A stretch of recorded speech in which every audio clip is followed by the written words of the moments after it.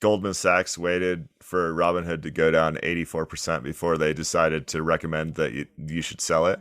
Nice work by the analysts there. I just wanted to shout that out.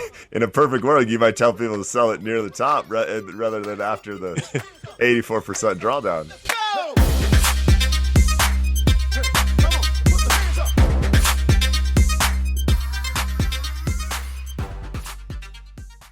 This podcast contains the arguably witty banter of two friends, Skippy and Dougals, that like to debate about investing.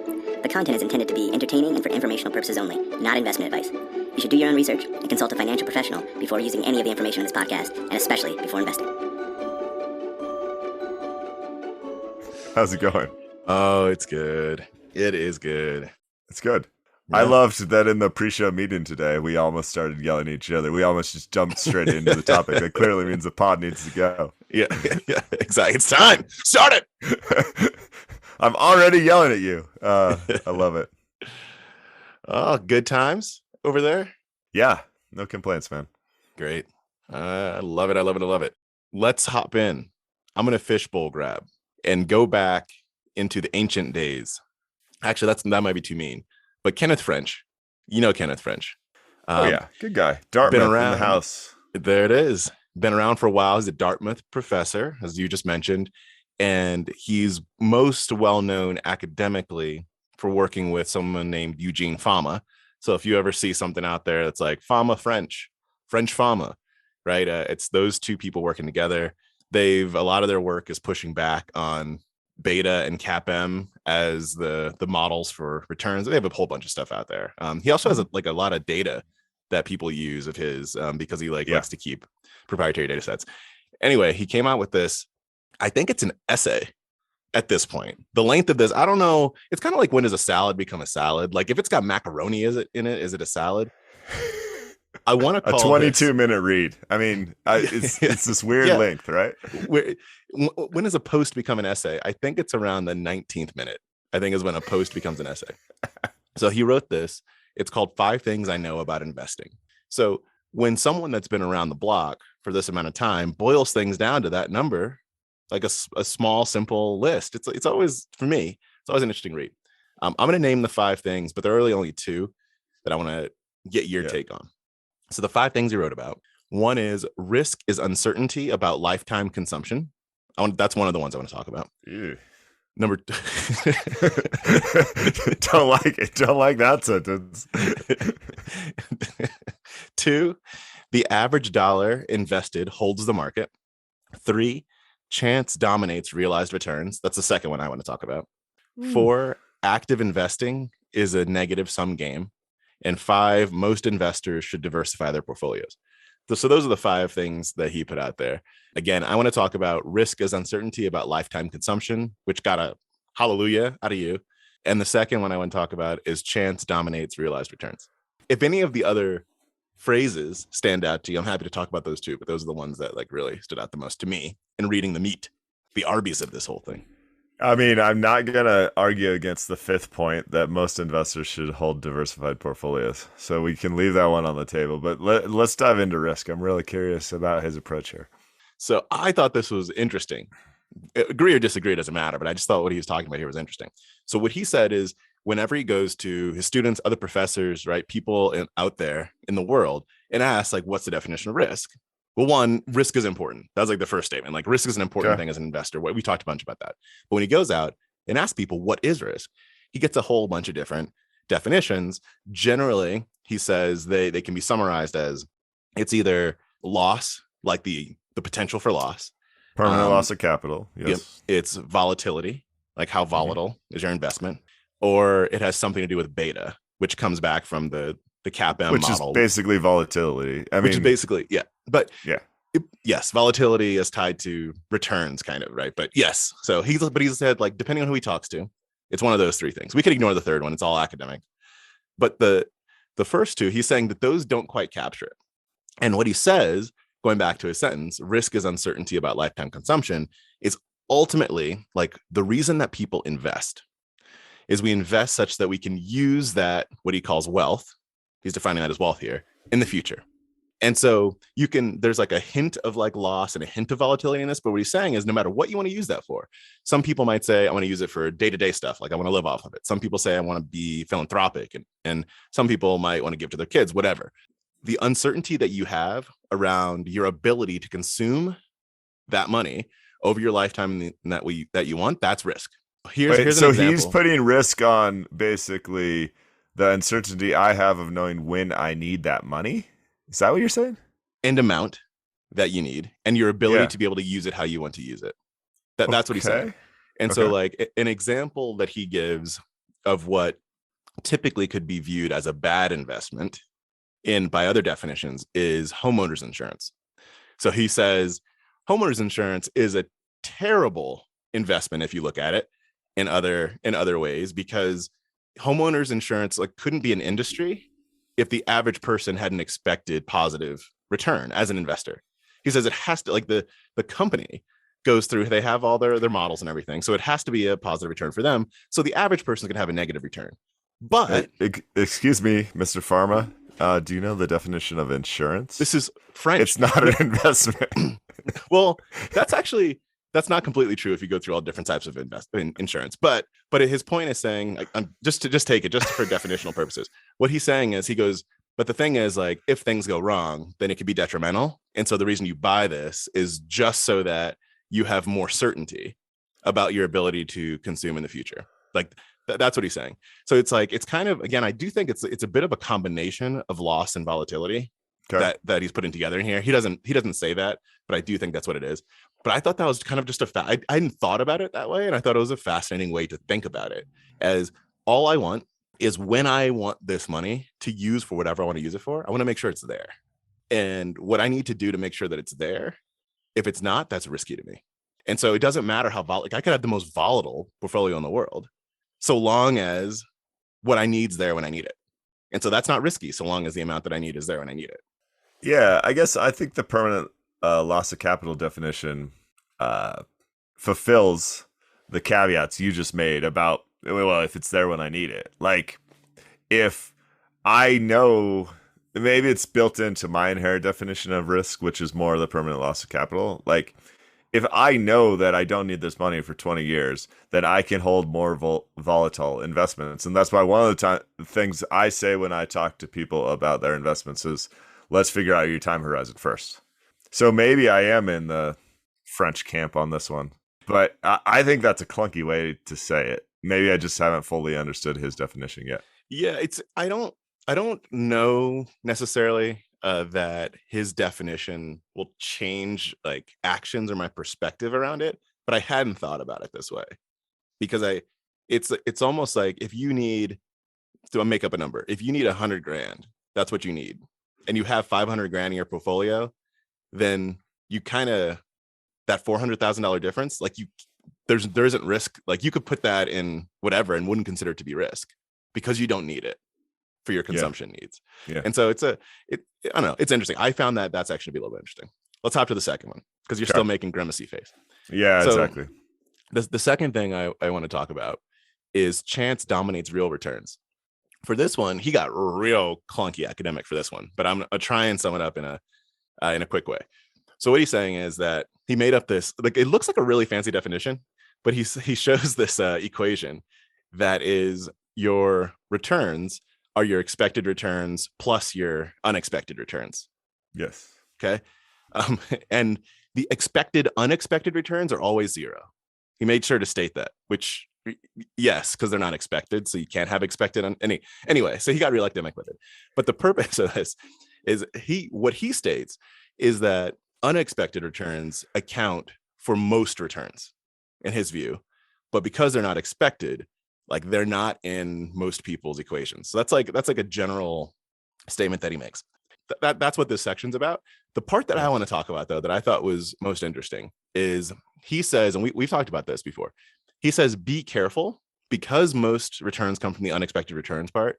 Be really careful when people are trying to sell you their own models, basically, is what he's saying. Mm-hmm. Because what people often do, and I'll just go through some of the points.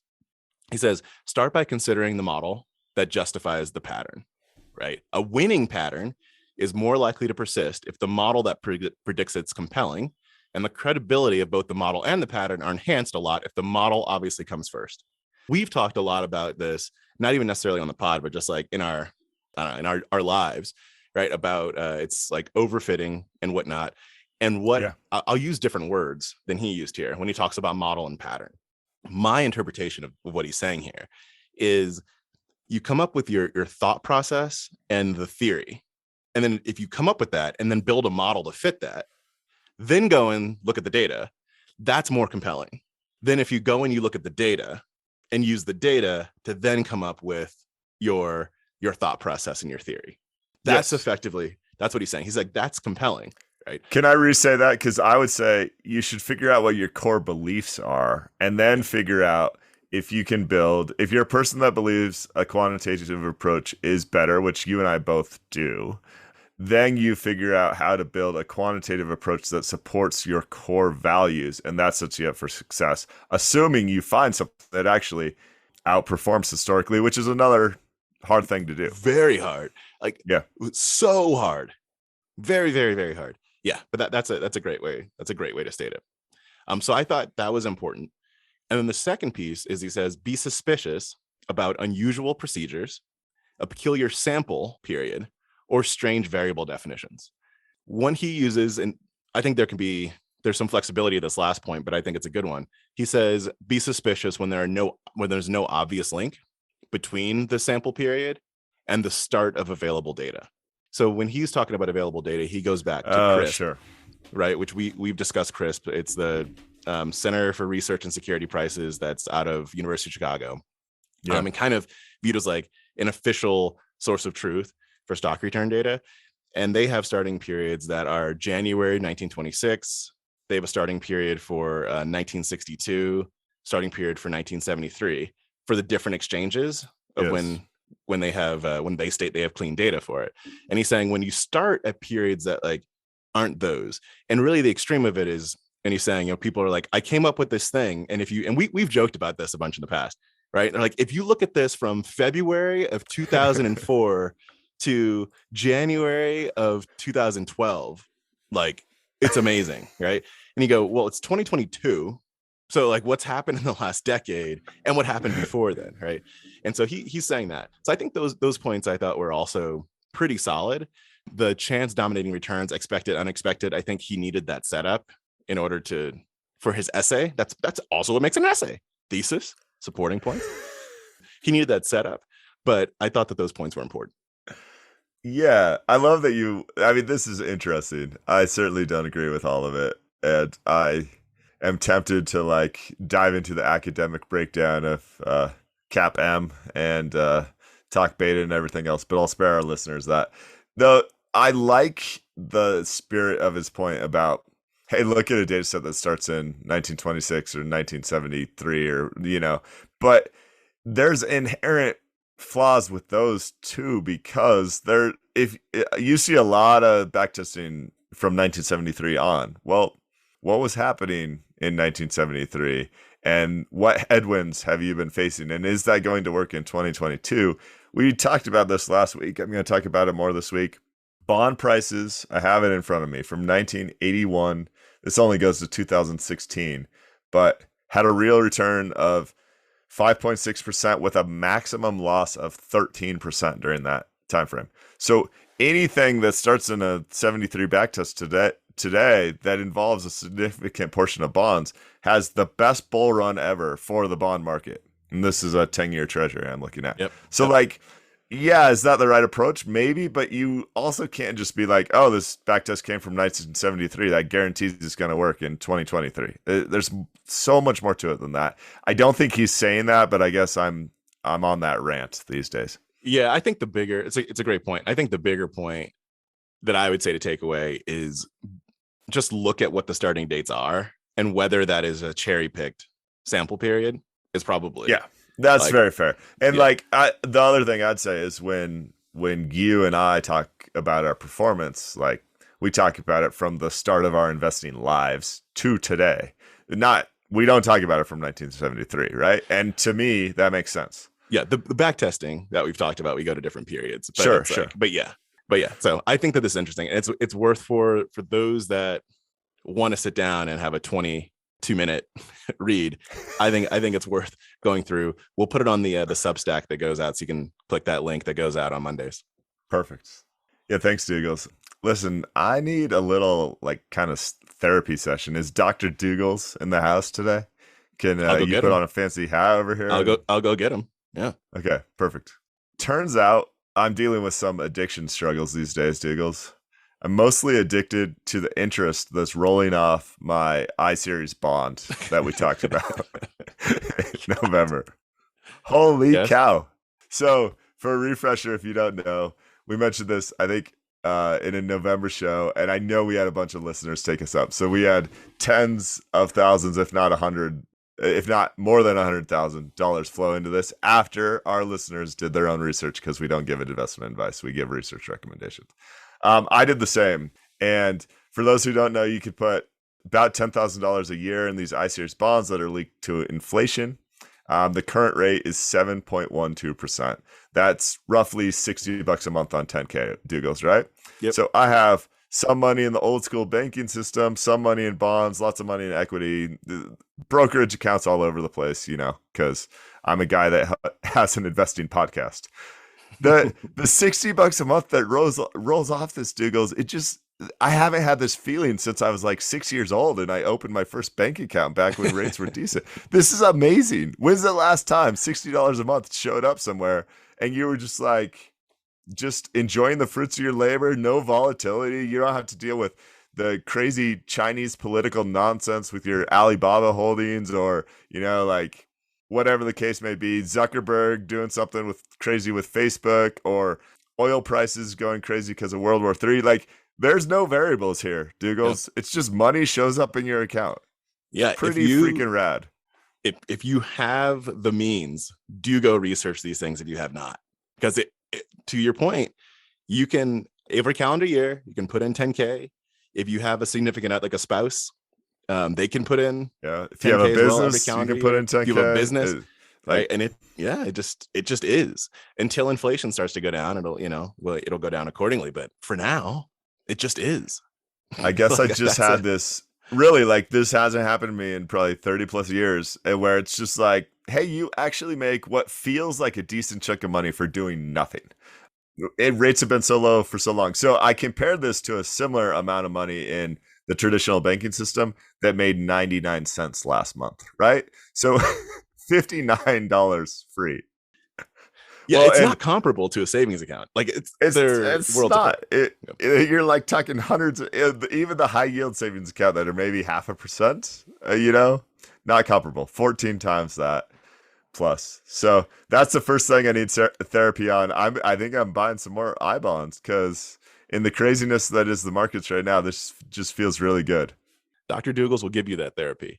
And I'm going to go in on a side here that you just reminded me of, is I read something this week where Giannis, the phenomenal basketball player from the Milwaukee Bucks, he was like you, Skippy. He was like you in opening a whole bunch of accounts. He was nothing like you, but he was opening a whole bunch of accounts. But this is not even a Giannis specific thing. I read this and I went, I can understand where people that don't have a solid understanding of investments, different types of investments, returns, like the market, where they might do what Giannis did. What Giannis did. So this is a man, for those that do not know, phenomenal basketball player, makes millions of dollars a year playing basketball, makes millions of dollars a year on his endorsements. What he read, which is true, he read that in any given bank account, you can hold up to $250,000 that will be fully insured by the FDIC, the Federal Deposit Insurance Corporation. So he said, okay, so I can put $250,000. I've a lot of $250,000. This is what he said. So I'm going to put $250,000 in this bank, and then I guess I have to open another bank account. Bank accounts, yeah. They had 50 plus bank accounts, all with $250,000 that were sitting in them. But I actually love this. Yeah, it's great. It's great. I didn't mean to interrupt, but you got me excited. It means he cares about his money and the back. He's from Greece, right? He's often called the Greek freak. He cares about the safety and security of his money. And I I think it's so cool that he took that approach. Now, when you're dealing with tens to hundreds of millions of dollars, is there better approaches? Sure. But like, I have no qualms with this. If he wants to have 50 bank accounts, I think that's the most awesome thing in the world, because it just shows like how valuable he sees those and how concerned he is about the safety of his dollars, which means he's not going to be one of those people that has a career where they make 150 million bucks and ends up on the street or, living in $1,000 rental or whatever. No, not at all. He could literally spend a whole heap of money and he will likely forget about 10 of the banks and still be fine. Like, anyway, that's an aside, but you made me think about it when you're talking about different brokerage accounts. They're having those, that Giannis had 50 plus bank accounts in order to make sure that all of his money was fully insured by the federal government. All right. I wrapped up the Bond King this week. Quality book. I'd say you have to be an investing nerd to like it, because it's, I don't know, a decent size. But man, Bill Gross, the guy is making, or was making, $200 million a year, and this was his chosen lifestyle, Dougals. It was to wake up, I'll get the number wrong, I think it was 3:45 in the morning, maybe 4:15 in the morning, have a cup of coffee and shower, I think check the Bloomberg terminal at like 4:45, then drive in past Fashion Island, if you've ever been down to Newport Beach, hit a specific Starbucks, get another like 3 shots of coffee, be in the office by, I don't know, maybe it's 5:30 or something, work crazy hours, work till 6 or 7 at night, and in a lot of cases, like, have incredible feuds with your colleagues, and then go home and do it all again the next day. Like, the book is fascinating. Bill Gross is fascinating. Other characters are fascinating, but I don't know why I just sit back and go, dude, why didn't you just you could have taken 10% of 1 year's salary and like gone and done whatever you want to do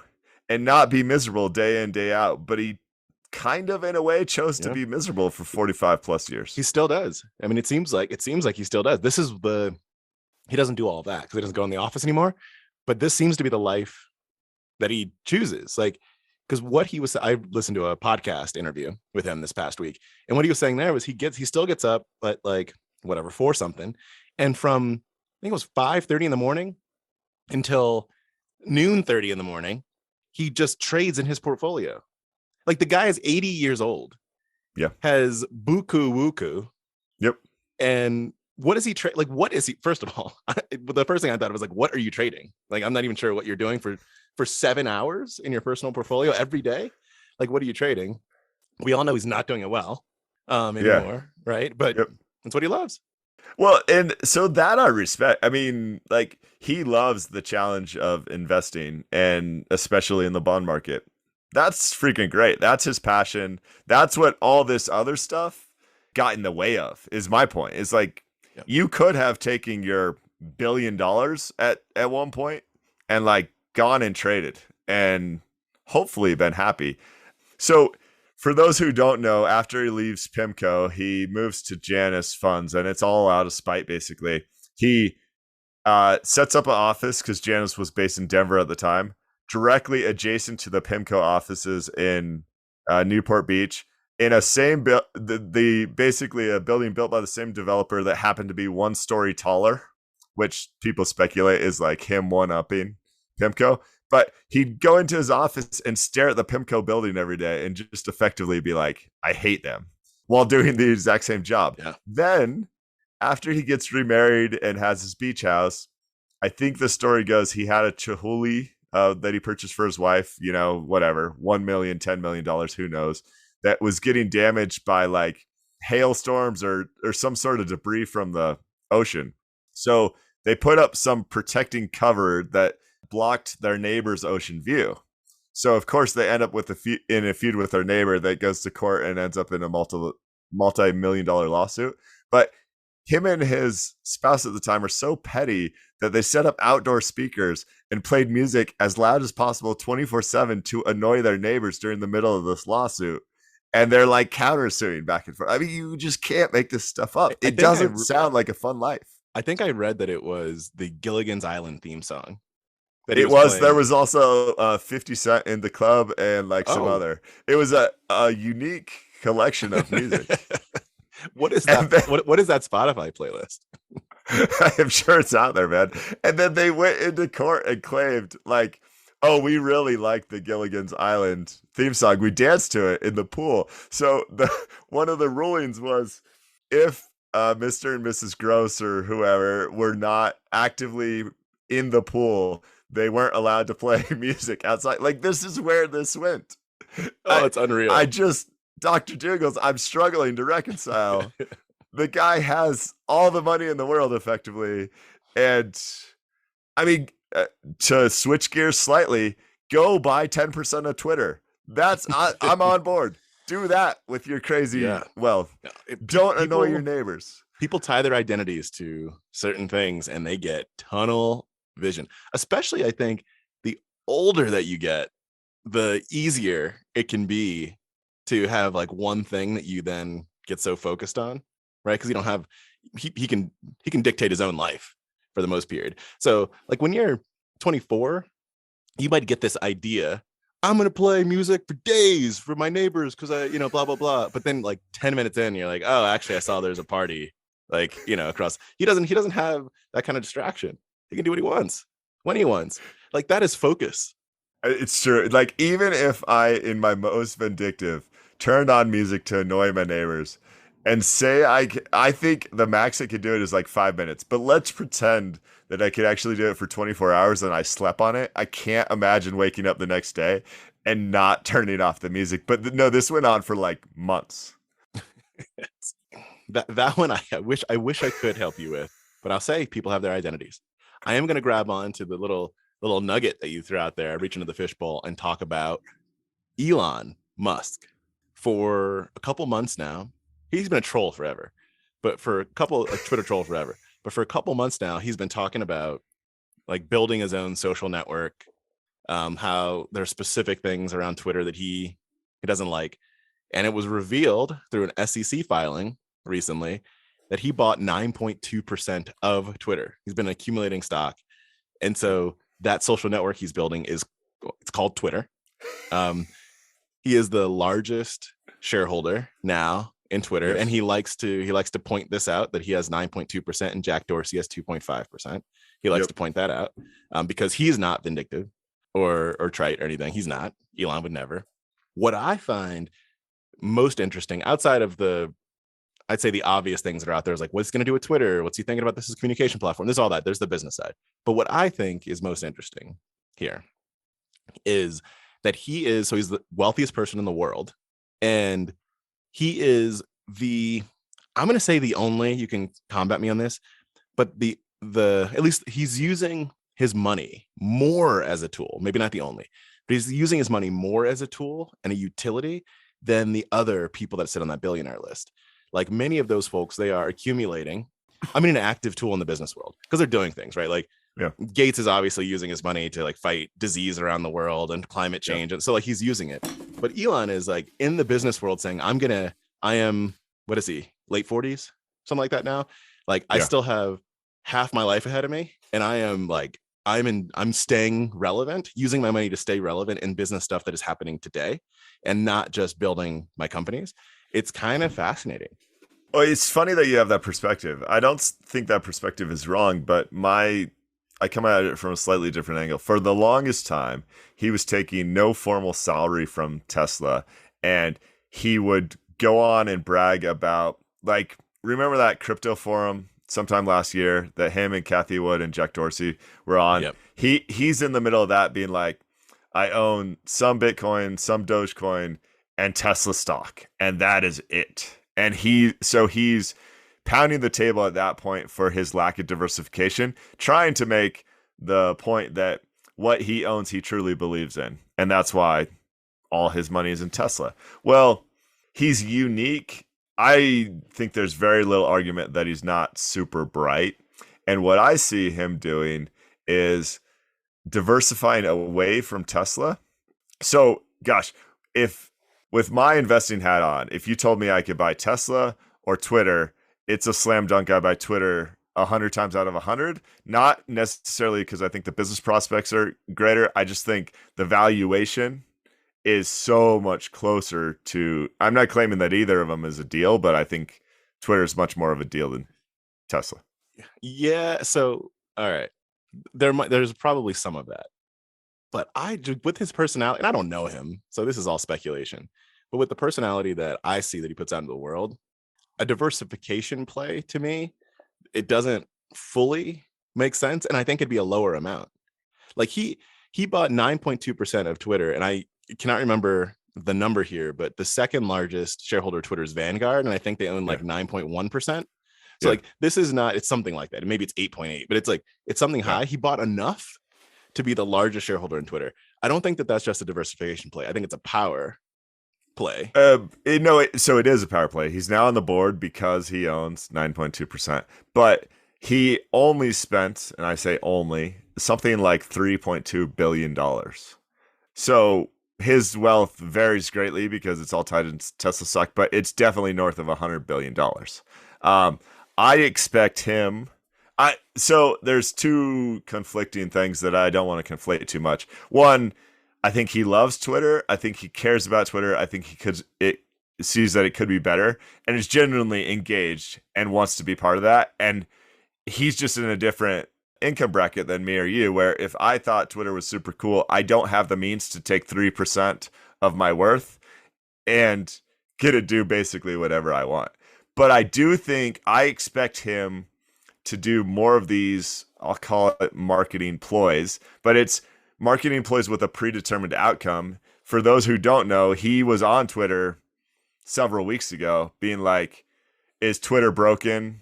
The results of this survey will have consequence, which is basically like this wink, wink, I will fix it if the majority of people think that the censorship is too great. And then he announces a nearly 10% stake in the company. I expect him to do that with a few more companies because I think he knows that he has to move away from Tesla just to not be. You do not have your mentality. Yeah. Is so risk averse. Yes. Right. You don't have the mentality of Elon, who will bet everything on one thing over and over again. Like he does this. I think there's a greater chance, and I don't know how big of a chance this actually is, but I think there's a greater chance that instead of doing this for a bunch of stuff, that he tries to own all of Twitter over the next 10 to 15 years. I think that's the bigger like chance for him. And he won't necessarily be able to do that, but I think he will keep accumulating Twitter shares and not start making 10% bets. Or 3% bets of his own. Okay. Yeah, I think you're right, actually, because if I was Elon, I never would have become the richest person in the world because when I was in the top 20, I would have like diversified like crazy. And yeah, I'm so risk averse, and he is not. No, he makes huge bets and on things that don't make any, I'll say, physical sense, like for what he's doing. Because the one thing you left out of his ownership is SpaceX is the other thing. He's like, I'm going to bet it all on beating NASA. Like, what? Right? I'm over here debating whether or not I want to invest in a soupçon of like money in a Japanese power tools company, which is like as boring as it gets. Is that Makita? Makita. Yeah, exactly. Yeah. And he is like saying, I'm going to take down NASA. I'm going to be the first car company that will like exist past a decade for the last century, right? Like those types of things. Like he makes huge bets. So yeah, I want to rescind my previous argument. He's not about diversification. I'm an idiot. Okay, but let's just say that we talked about the billionaires tax at the end of last week's episode. Let's just say like Elon is the prime example of why I'm against the billionaires tax. Elon is not from America, and Elon is so crazy in a good way that we can launch rockets into space. We're the dominant player in electric cars, and we can turn on internet in Ukraine during the middle of a conflict. Like the US government and basically no other entrepreneur built that sort of stuff. at the scale that he built it, there's very few people talking about colonizing Mars except for him. And if they are talking about it, it's because he put the crazy goal out there. So props to Elon. There's questions. Elon, the Skippy and Dougal show is looking for equity investors. Price tag $3 billion. Yes, exactly. There's a question from a country standpoint as to whether you want someone to wield that much power. But Sure. But he is, if anyone would, he wouldn't even John Templeton it. Which when we talk about John Templeton, he was an investor back in the day. He moved out of the country questionably. This is what, 60 years ago, 50 years ago at some point, maybe because our tax rate was too high and he didn't want to pay it. Who knows? But anyway, he wouldn't just do that. He would probably buy an island, make it into a country, create an Elon government, right? Like that is what he would do. And he'll say, if I have $100 billion, I'm going to spend $99.9 billion on doing this. Like that is how wild he is. And he goes, and if it fails, I have $100 million. Like I'm good. Like that's kind of, and this goes back to our boy Kenneth French, because that's not risk in his eyes. His lifetime consumption. No, too much. Yeah. All right, anyway. Yeah. So Elon buying Twitter. I mean, my fishbowl is these days it's all Walmart all the time. I've read this article several times. I think it might be an April Fool's joke or the Onion punking me. But here's what the title says, Dougals. Walmart dangles $110,000 starting pay to lure truck drivers. In the article, they talk about how you can work another job within Walmart, go through what looks like a 4 to 5 week training program, and potentially become a truck driver. The median salary for tractor trailer drivers in 2020, this is not Walmart, this is industry wide, was $47,000. So Walmart has always prided themselves on paying their truckers more. They think the logistics of their supply chain is an incredibly important piece, and so they want the top talent there. But this says so much about the economy today, inflation, supply chains, 1,000 other things, than it does about Walmart to me. And this is the most shocking headline I've read in months. Yeah, I think to your point, it's the Walmart part of this. It happens like they're a company that need drivers for supply chain, but it is about supply and demand and our current economic needs of organizations. That's a high salary.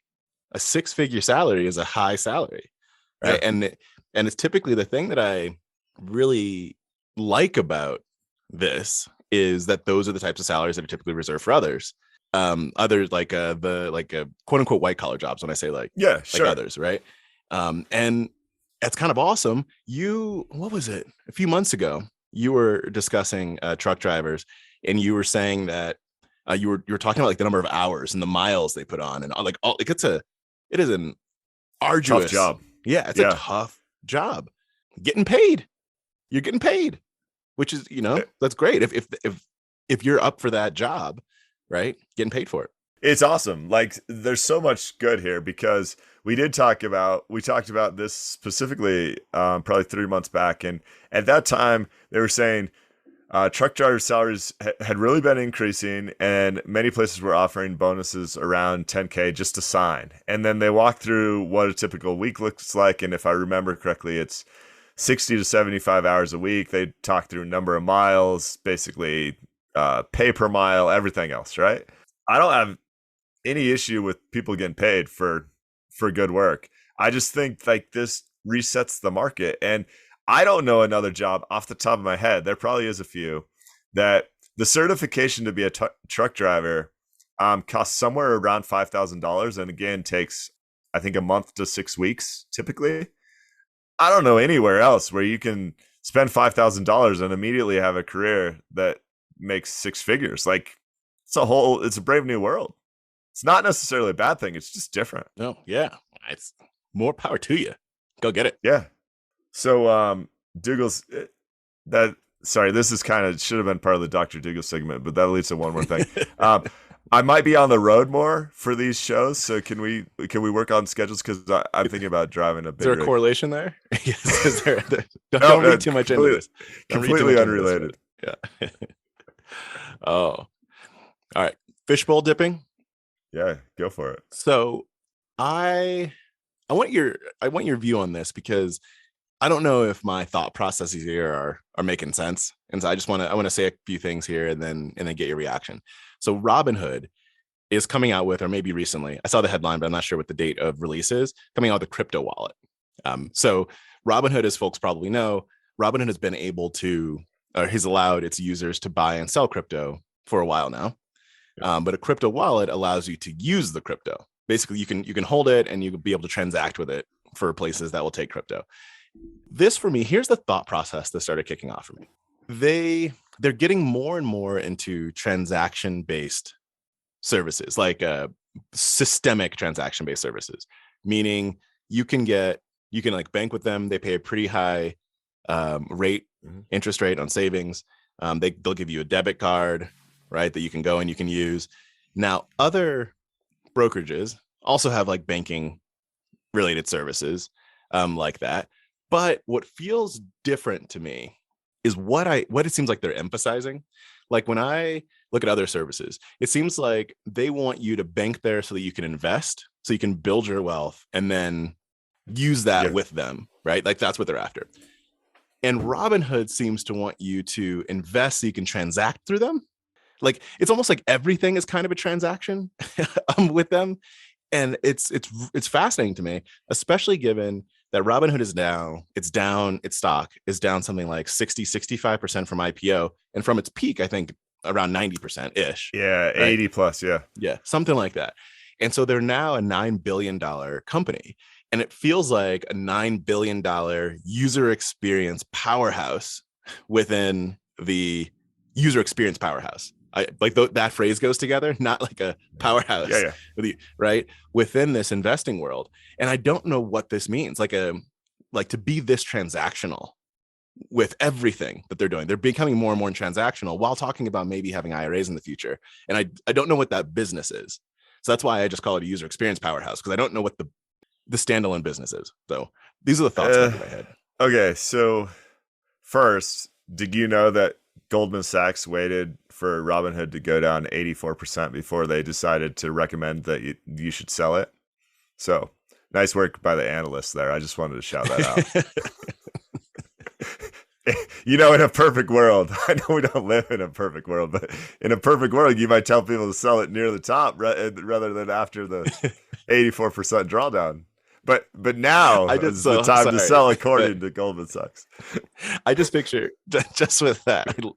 So now you say that, I picture the analyst like ships that report or whatever out, and in the office, it's just slow clap. It's like, yeah.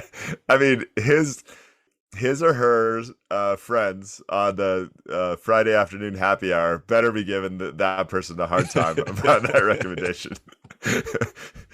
Nice work, Bob.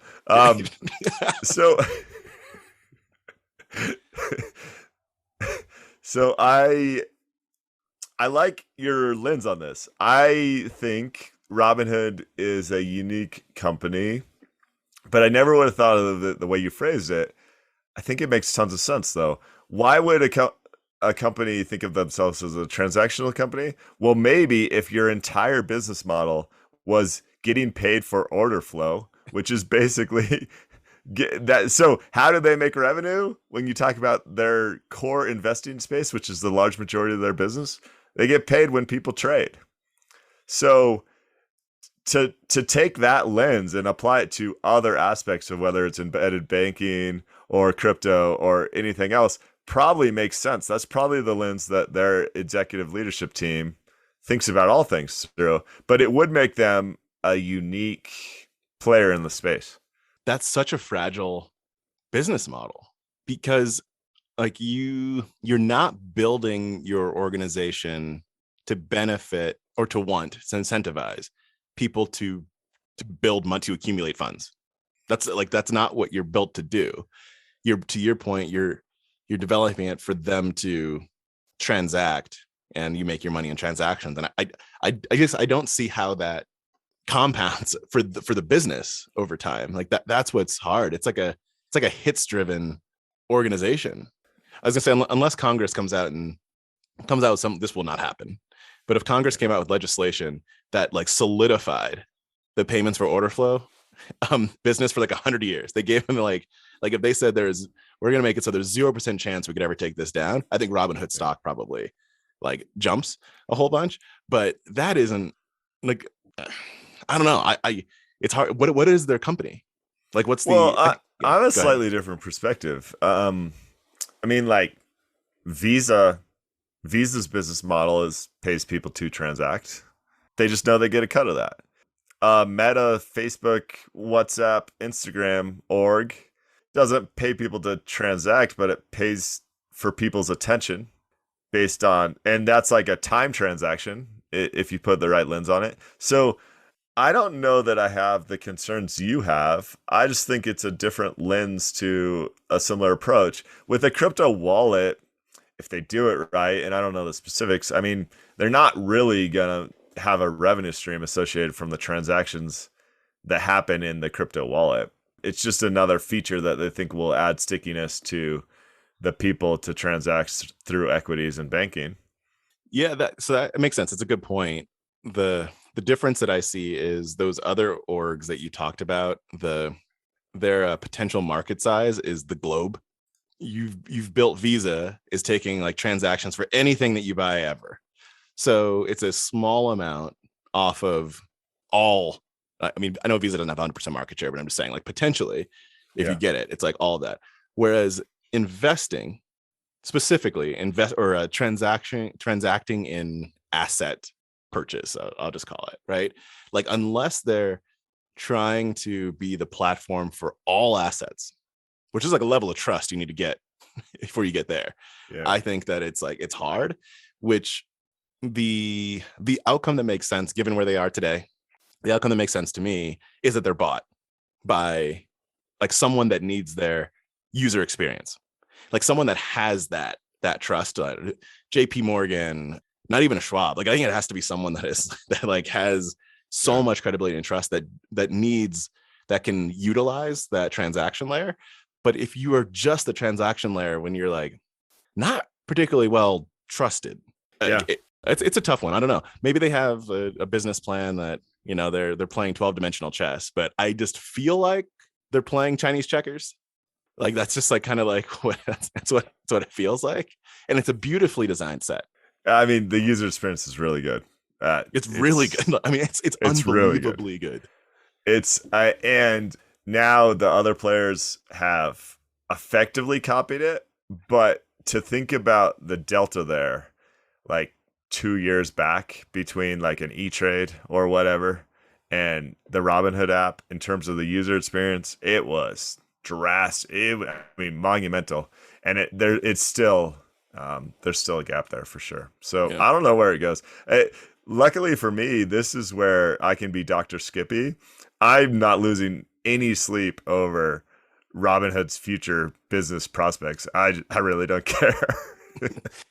No, I cared too much, probably a little bit, but Robinhood's user experience, if you go back probably a couple of years, was like so much better that this is too much time, but I spent time, I was like putting together like the bulleted list of comparisons between, because I currently have a Robinhood brokerage account and a Schwab brokerage account, and like went to Schwab and I said, I want you to like, I want you to have more of my money. Like that is a thing that I desire. You don't seem to want to have it. And here's the bulleted list of why I don't believe that you'd like to have it. I would love to understand what your plans are to either, how ridiculous is this? Like, the people at Schwab are like, I don't get paid enough for this. Like, we clown. Hate this guy. Can we kick this guy's accounts out of our company? But, Dougals, I'm glad you mentioned that was a couple years back, because I just mentioned it. The Skippy and Dougals show is looking for equity investors. So if you're looking to park your money somewhere, like, just come on over. Yes, exactly. Conflict of interest. That is amazing. I'm jealous of your passion there, but it's true. Like, I feel like we've almost hammered on this too much. The user experience was so much better that it was amazing. I mean, it was it's so ridiculous, but there was a point. Sorry, now I'm going back to memory lane here. Let's do it. Let's do it. There was a point where I was on the phone on a Saturday with someone that worked in Charles Schwab in like their, I can't remember what it's some kind of like a trading department, because I'd been transferred around so much where they're like, maybe this person can help you. And we were walking through. Schwab has an area within their account where you can like look at your returns on like a chart type of fashion. Yeah. And I was explaining to them, I was like, here are the different types of like return views that I want. Right. And I'll show you, here's like my spreadsheet that I've developed to keep track of it myself. I want to understand how I can do this through your service. And here's what I can do over in Robinhood, which like Robinhood actually doesn't have a good service there too. But that's one place where they're kind of lacking. But what Robinhood does have is they have their back end is developed in such a way where I can right click, go into inspect element, pull out some of their like their the this, I know it's ridiculous. But I can pull out some of the like JSON code, put it into this other site, and it spits out the table I need. And I was like, can you recreate that? Because I can't play around. On the Schwab side, what they do is they end up kicking out like a JPEG. Like it's not interactive at all. So I can't do anything. So anyway, this guy could not care less, but I'll give them credit only for like they stayed on the phone with me for 20 minutes, right, to discuss this. But this is the level that I went to. I mean, this is an investing podcast that has gone to a hypothetical land of government-backed digital cryptocurrencies so we could talk about the ramifications of negative interest rates. Like, we've been to some pretty nerdy spaces here, Douglas. You might have just topped it all. The Saturday phone call with some swamp trader that doesn't care at all about your user experience. So like the 0.001% of people who care about investing could get the JSON code. This is a whole, wow. I don't think we have any listeners left at this point in the episode, but I love it. It's all good. Oh man. Anything else you got in your fishbowl? I want to talk, I keep hammering on interest rates for home mortgages, right?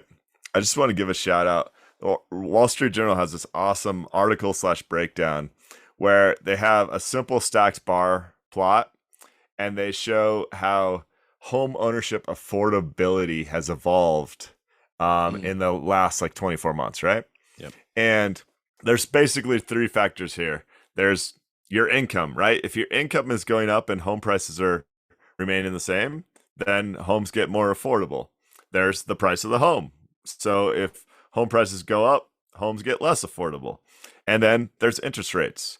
And for the longest time, basically, interest rates have been decreasing and have been at historic lows. Incomes have been pretty solid. And so then the only thing, those are both working in your favor. The only thing you have to overcome is the rising home prices, right? But what's happened in the past 4 months really is that home prices continue to rise very significantly. And all of a sudden, interest rates have flipped in a way where the rising interest rates make things more expensive. So the home affordability index month by month has taken a drastic turn in the past 4 months.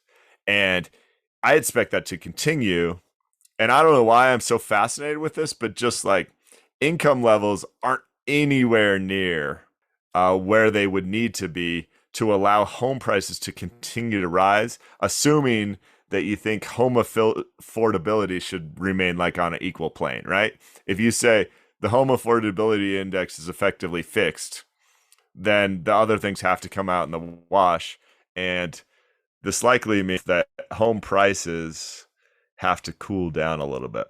It's likely. Yeah, it makes sense to me that you are fixated by this, because it's, as much as I've joked a few times around part jest, part seriousness, but I've said a few times around how we are taking like these 0.25, 0.5 interest rate changes, and we're like, what? Like, how dare you? Right? When there are countries that are like at 40%, right? Like massive takes. But at the same time, the home is generally going to be, on average, the largest asset that people have. And so you're taking a small percent and you're multiplied by a big number.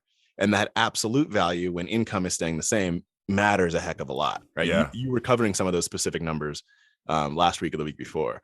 And so it makes sense that you're fixated around that. Like it matters a heck of a lot. What on this chart, you sent me the chart over. What is the y-axis? What's that vertical axis? The affordability index. But like, what is a 30? It's basically a percent. Okay.